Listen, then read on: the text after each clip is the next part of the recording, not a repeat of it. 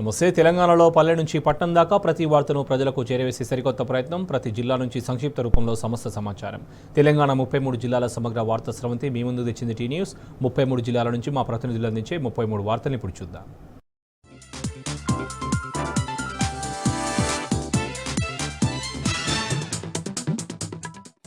వరంగల్ జిల్లా ప్రధాన వార్తలను పరిశీలించినట్లయితే వరంగల్ నగరంలో నిర్వహించిన జాబ్ మేళా తొక్కిసలాటకు దారితీసిన సందర్భం కనిపిస్తూ ఉంది. ముఖ్యంగా 10,000 మంది ఒకేసారి జాబ్ మేళాకు వచ్చినప్పటికీ కనీస చర్యలు జాగ్రత్తలు తీసుకోలేదని విమర్శలు గుప్పిస్తూ ఉన్నారు. ఈ జాబ్ మేళాను మంత్రులు కొండా సురేఖ, సీతక్క ప్రారంభించిన సందర్భం కనిపిస్తూ ఉంది. కనీస ఏర్పాట్లు చేయలేదని చెప్పి అక్కడికి వచ్చినటువంటి నిరుద్యోగ యువత అంతా కూడా నిరుత్సాహానికి గురైన సందర్భం కనిపించింది. ఆ కార్యక్రమానికి పార్టీ కార్యకర్తలు, కాంగ్రెస్ పార్టీకి సంబంధించిన నాయకులంతా రావడంతో తొక్కిసలాట గందరగోళం నెలకొందన్నటువంటి విమర్శలు కూడా వినిపిస్తున్నాయి. హన్మకొండ జిల్లా ప్రధాన వార్తలను పరిశీలించినట్లయితే హన్మకొండ జిల్లా బీఆర్ఎస్ పార్టీ కార్యాలయంలో ఉమ్మడి వరంగల్ జిల్లాకు సంబంధించినటువంటి ముఖ్య నాయకులంతా మీడియా సమావేశం నిర్వహించారు. ప్రధానంగా ఈ నెల 27 నిర్వహించే బీఆర్ఎస్ రజతోత్సవ మహాసభను విజయవంతం చేయాలని సందర్భంగా ఉమ్మడి వరంగల్ జిల్లా బీఆర్ఎస్ సంబంధించిన నాయకులంతా కూడా పిలుపునిచ్చిన సందర్భం కనిపించింది. కానీ విరగని ఎరగని స్థాయిలో సభలు నిర్వహిస్తామని, ముఖ్యంగా లక్షలాది మంది ప్రజలు సభకు వచ్చేందుకు ఆసక్తి చూపుతున్నారని, వాళ్ళందరి కోసం అన్ని రకాల ఏర్పాట్లు చేస్తున్నామని ఉమ్మడి వరంగల్ జిల్లాకు సంబంధించినటువంటి ముఖ్య నాయకత్వం అంతా తెలిపిన సందర్భం కనిపించింది. జనగామ జిల్లా ప్రధాన వార్తలను పరిశీలించినట్లయితే ఈ నెల 27వ తేదీన బీఆర్ఎస్ రజతోత్సవ మహాసభను పురస్కరించుకొని సభను విజయవంతం చేయాలని కోరుతూ కొడకండ్ల మండల కేంద్రంలో బీఆర్ఎస్ ముఖ్య నాయకులు, కార్యకర్తలతో మాజీ మంత్రి ఎర్రబెల్లి దయాకర్ రావు సమీక్షా సమావేశం నిర్వహించారు. పెద్ద సంఖ్యలో పాలకుర్తి నియోజకవర్గం నుంచి తరలి వెళ్లాలని ఈ సందర్భంగా ఆయన పిలుపునిచ్చిన సందర్భం కనిపిస్తూ ఉంది. మరోవైపు పెద్దవంగరకు సంబంధించిన మండల కేంద్రంలోని బీఆర్ఎస్ పార్టీ కార్యాలయంలోనూ ముఖ్య నాయకులు, కార్యకర్తలతో సమావేశం నిర్వహించిన ఎర్రబెల్లి దయాకర్ రావు సభను విజయవంతం చేయాలని పిలుపునిచ్చిన సందర్భం కూడా కనిపించింది. ములుగు జిల్లా ప్రధాన వార్తలను పరిశీలించినట్లయితే ఇటీవల కురిసిన అకాల వర్షాలతో ఏటూ నగరం ఏజెన్సీలో నష్టపోయిన పంట పొలాలను ములుగు జిల్లా బీఆర్ఎస్ అధ్యక్షుడు కాకులమర్రి లక్ష్మీనరసింహారావు పరిశీలించిన సందర్భం కనిపిస్తూ ఉంది. ముఖ్యంగా పంట చేతికొచ్చే దశలో రైతాంగం పూర్తిగా అకాల వర్షాలతో నష్టపోయిందని, వెంటనే రాష్ట్ర ప్రభుత్వం చర్యలు తీసుకొని ప్రభుత్వం వెంటనే నష్టపోయిన రైతాంగానికి ఆర్థిక సాయం అందించాలని సందర్భంగా కాకులమర్రి లక్ష్మీనరసింహారావు డిమాండ్ చేశారు.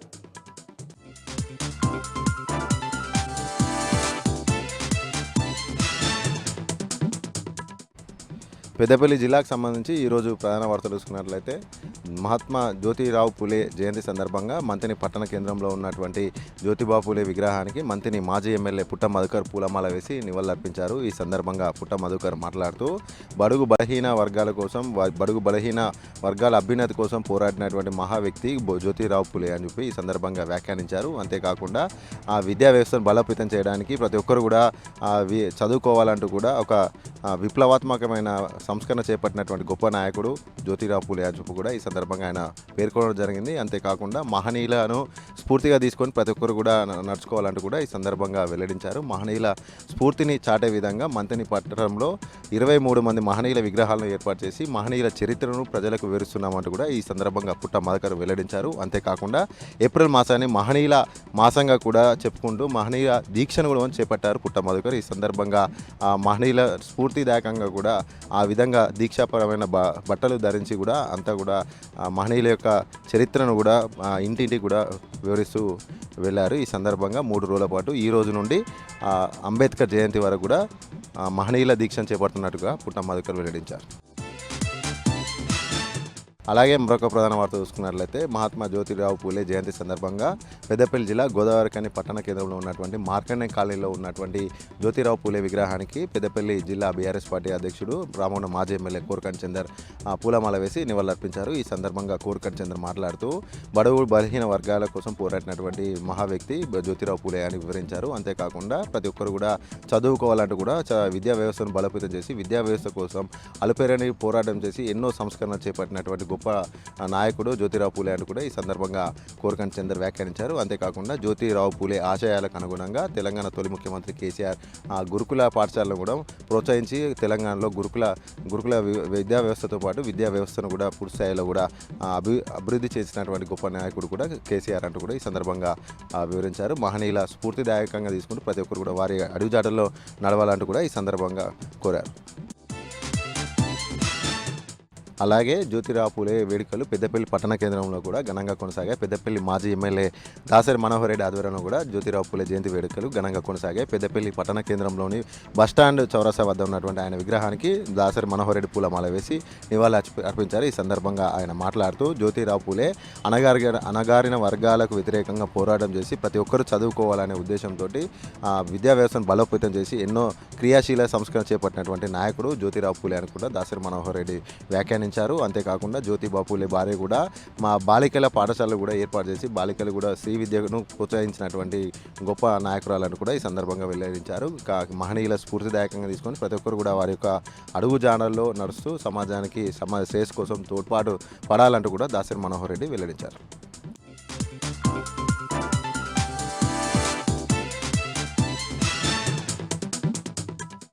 ఇక ఈరోజు నాగర్ కర్నూలు జిల్లా ప్రధాన వార్తలు చూసినట్టయితే దక్షిణ తెలంగాణ అమర్నాథ్ యాత్రగా పేరుగాంచినటువంటి సలేశ్వరం సాహస యాత్ర నేటితో ప్రారంభమైంది. ఈ రోజు నుంచి రేపు ఎల్లుండి సాయంత్రం వరకు కూడా ఈ యాత్ర కొనసాగుతూ ఉంది. దీనికి సంబంధించి భక్తులు భారీ సంఖ్యలో పాల్గొంటున్నారు. అయితే ఒక ఉమ్మడి మహబూబ్నగర్ జిల్లానే కాకుండా సుదూర ప్రాంతాల నుంచి పక్క రాష్ట్రాల నుంచి తెలంగాణ నలుమూల నుంచి కూడా భక్తులు భారీ సంఖ్యలో తమ సొంత వాహనాలతో పాటు ఆర్టీసీ బస్సులలో వివిధ బైకుల పైన వచ్చేసి స్వామివారి దర్శనం కోసం వాళ్ళు ఉవ్విలూరుతున్న పరిస్థితి కనిపిస్తూ ఉంది. అయితే హైదరాబాద్ నుంచి శ్రీశైలం వెళ్లే రహదారిలో ఉండేటువంటి ఫరహాబాద్ నుంచి 15 కిలోమీటర్ల వరకు వాహనాలు వెళ్తాయి.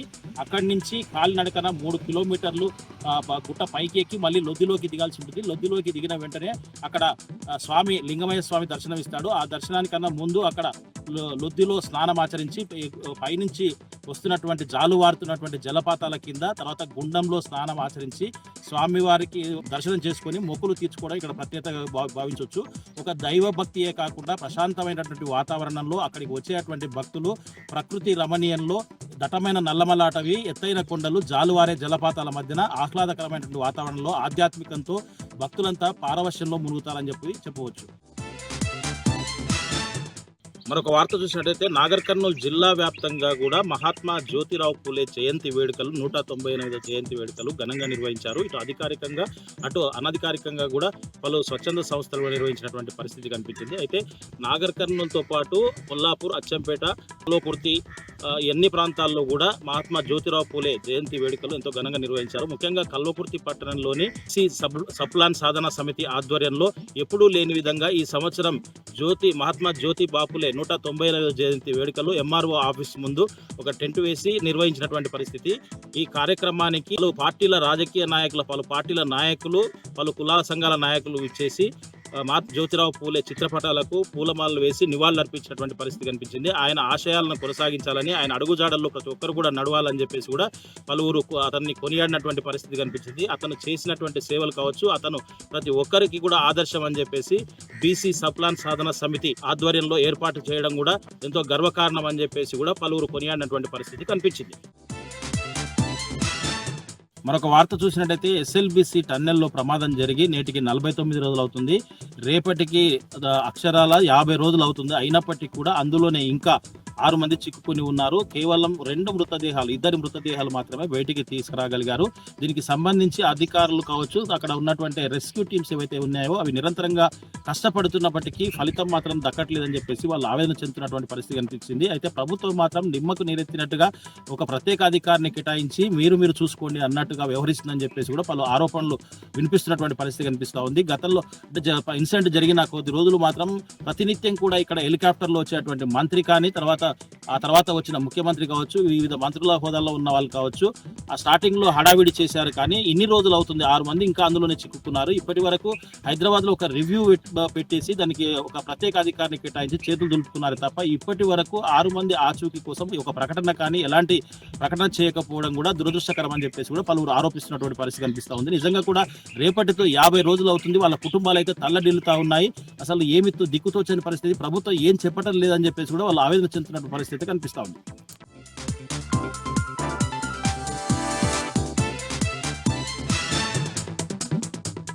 జగిత్యాల జిల్లా నుంచి ప్రధాన వార్తలు ఒకసారి పరిశీలిస్తే ధర్మపురి నియోజకవర్గానికి సంబంధించి 7 మండలాలకు చెందినటువంటి బీఆర్ఎస్ శ్రేణులతో ఇవాళ మాజీ మంత్రి కొప్పుల ఈశ్వర్ సమావేశమయ్యారు.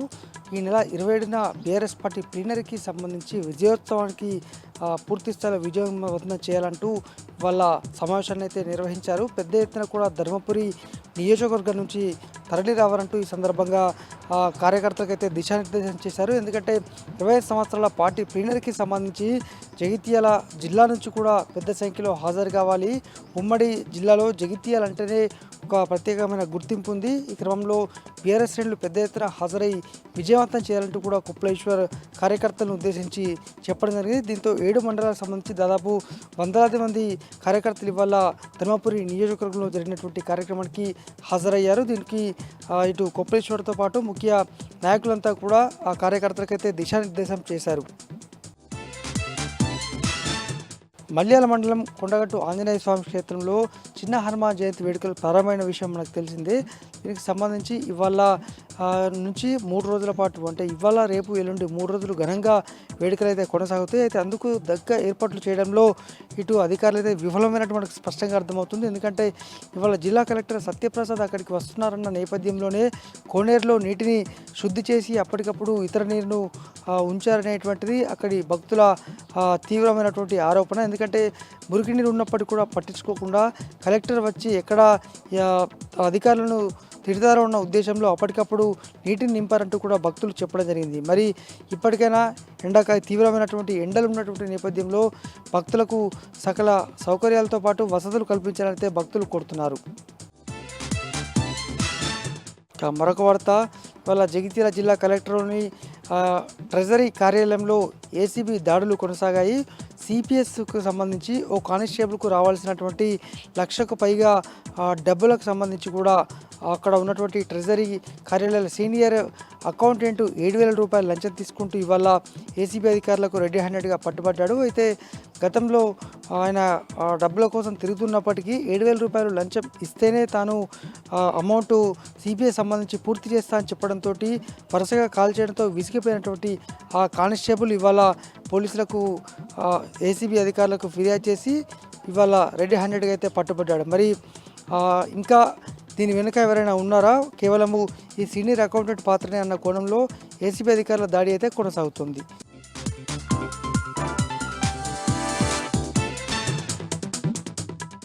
ఇక నల్గొండ జిల్లా వార్తలు ఒకసారి చూద్దాం. నల్గొండ జిల్లా మునుగోడు నియోజకవర్గంలో ముఖ్య కార్యకర్తల సమావేశాన్ని నిర్వహించారు. మునుగోడు మాజీ ఎమ్మెల్యే కూసుకుంట్ల ప్రభాకర్ రెడ్డి ఈ నెల 20న వరంగల్లో బీఆర్ఎస్ పార్టీ రజతోత్సవ సభ ఏర్పాటు చేస్తున్న నేపథ్యంలో ఆ సభను విజయవంతం చేసేలాగా పెద్ద ఎత్తున క్యాడర్ని దిశానిర్దేశం చేస్తూ ఉన్నారు. క్యాడర్కి సన్నద్ధం చేస్తూ ఉన్నారు. ఇప్పటికే ఏ గ్రామానికి వెళ్ళినా కూడా ఏ పట్టణానికి వెళ్ళినా కూడా ప్రజలందరూ కూడా బీఆర్ఎస్ పార్టీ వైపు ఉన్నారు. చరిత్రలో నిలిచిపోయేలాగా నా భూతో నా భవిష్యత్తు అన్న రీతిలో వరంగల్ సభను నిర్వహిస్తున్నట్లు కూడా ఆయన సందర్భంగా తెలిపారు. ఇక యాదాద్రి భువనగిరి జిల్లా వార్తలు ఒకసారి చూద్దాం. యాదాద్రి భువనగిరి జిల్లా మోత్కూరులో అకాల వర్షాలకు ధాన్యం అంతా కూడా తడిసిముద్దైంది. లక్షల రూపాయలు రైతులు నష్టపోయారు. వ్యవసాయ మార్కెట్ యార్డ్లోనే ధాన్యం కొనుగోలు చేయకపోవడంతో అకాల వర్షాలకు తమ ధాన్యం అంతా కూడా తడిచిందంటూ కూడా రైతులు వాపోతూ ఉన్నారు.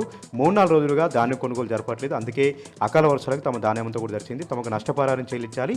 దీంతో పాటు తడిసిన ధాన్యాన్ని కొనుగోలు చేయాలని కూడా వాళ్ళ సందర్భంగా డిమాండ్ చేశారు. ఇక సూర్యాపేట జిల్లా వార్తలు ఒకసారి చూద్దాం. సూర్యాపేట జిల్లా హుజూర్నగర్ మండలం వేపల సింగారం గ్రామంలో విద్యుత్ వైర్లు తగిలి 2 గడ్డి ట్రాక్టర్లు దగ్ధమైనటువంటి ఘటన స్థానికంగా కలకలం రేగింది. నడి ఊర్లో ఇళ్ల మధ్యలో ఒక్కసారిగా 2 ట్రాక్టర్లు భయంకరమైనటువంటి మంటలతో చెలరేగడంతో ఇంటి చుట్టుపక్కల ఉన్నటువంటి ఇళ్లకు మంటలు వస్తాయన్నటువంటి భయంతో వాళ్ళందరూ కూడా భయభ్రాంతులకు గురారు. ఎట్టకేలకు ఫైర్ ఇంజన్లు వచ్చి మంటలు అర్పు చేయడంతో ప్రతి ఒక్కరు కూడా ఊపిరి పీల్చుకున్నారు.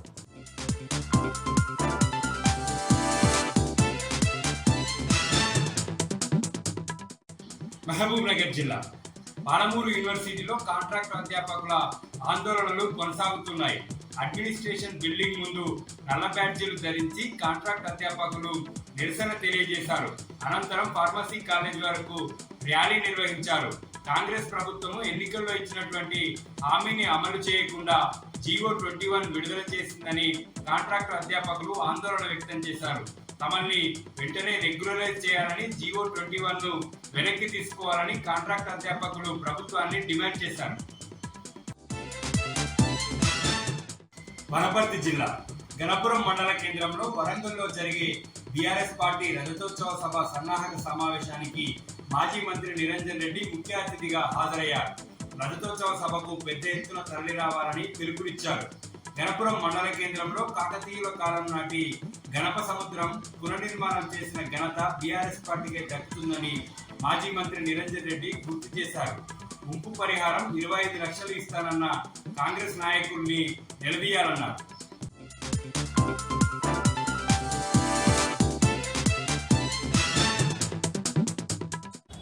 ఇవాళ ఉమ్మడి ఖమ్మం జిల్లా వార్తలు చూస్తే ఎప్పుడు ఎన్నికలు వచ్చినా బీఆర్ఎస్ పార్టీదే అఖండ విజయం అన్నారు ఎంపీ వద్దిరాజు రవిచంద్ర. భద్రాచలం నియోజకవర్గ విస్తృత స్థాయి సమావేశంలో జిల్లా పార్టీ అధ్యక్షులు రేఖాంతారావుతో కలిసి ఆయన పాల్గొన్నారు.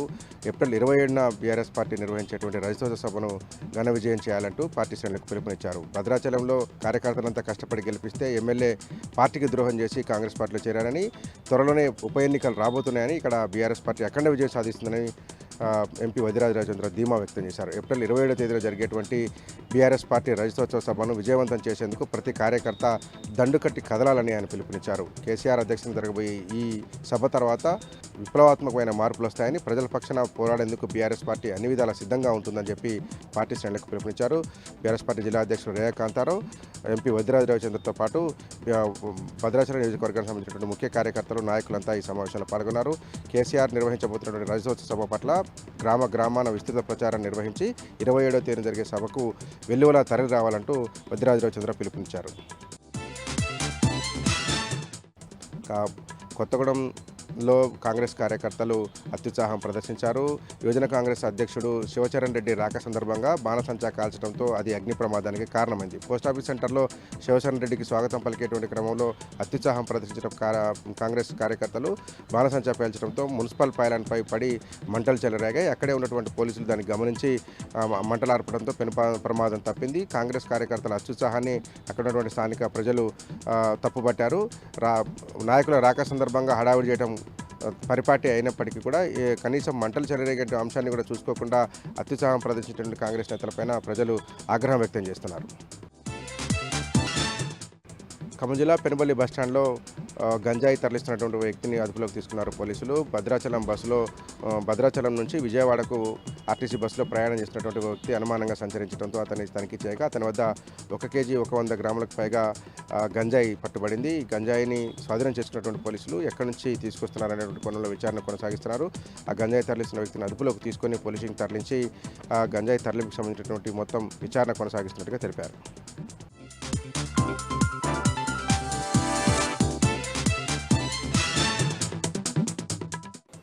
ఉమ్మడి మెదక్ జిల్లాలో ఈరోజు ప్రధాన వార్తలు ఈ విధంగా ఉన్నాయి. సిద్దిపేట నియోజకవర్గంలో నిన్న కురిసినటువంటి వడగండ్ల వానకు భారీ ఎత్తున పంటలు నష్టపోయాయి. సుమారు 10,000 ఎకరాల్లో పంటలు నష్టపోయినట్టుగా ప్రాథమికంగా వ్యవసాయ శాఖ అధికారులు అంచనా వేస్తున్నారు.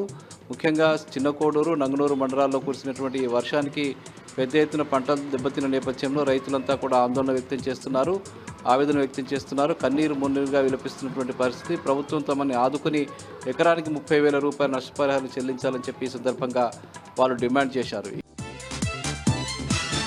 ఇక హుస్నాబాద్లో ఈరోజు మహాత్మా జ్యోతిబా పూలే జయంతి ఉత్సవాల్లో భాగంగా సిపిఐ ఆధ్వర్యంలో పెద్ద ఎత్తున ర్యాలీ నిర్వహించారు. సిపిఐ నాయకుడు చాడా వెంకటరెడ్డి ఈ సందర్భంగా మాట్లాడుతూ కేంద్ర ప్రభుత్వం వక్ఫ్ బోర్డుకు సంబంధించిన ఆస్తులని కాజేసే విధంగా లఘువాదాన్ని పూర్తిగా తుంగలు తొక్కే విధంగా బోర్డుపై చట్టం తీసుకువచ్చిందని చెప్పి ఈ సందర్భంగా ఆయన ఆరోపించడం జరిగింది.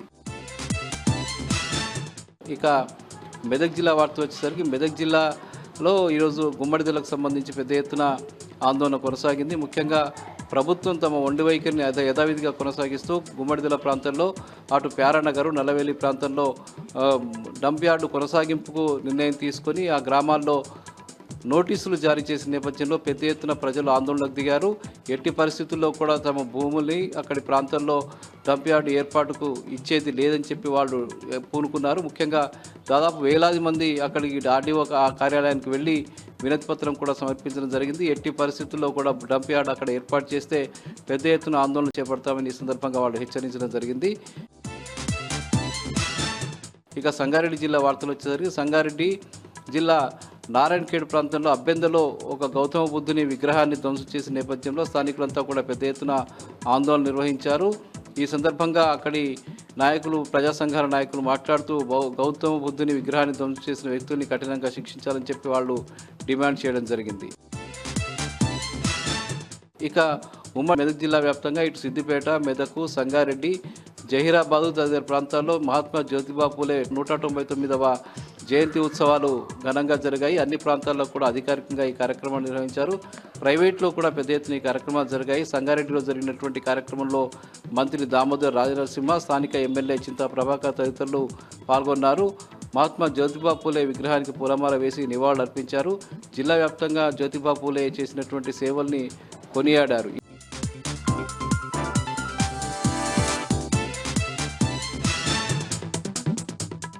ఆదిలాబాద్ జిల్లా వార్తల విషయానికి వస్తే మహాత్మా జ్యోతిరావు పూలే 199వ జయంతి వేడుకలను జిల్లా వ్యాప్తంగా ఘనంగా నిర్వహించారు.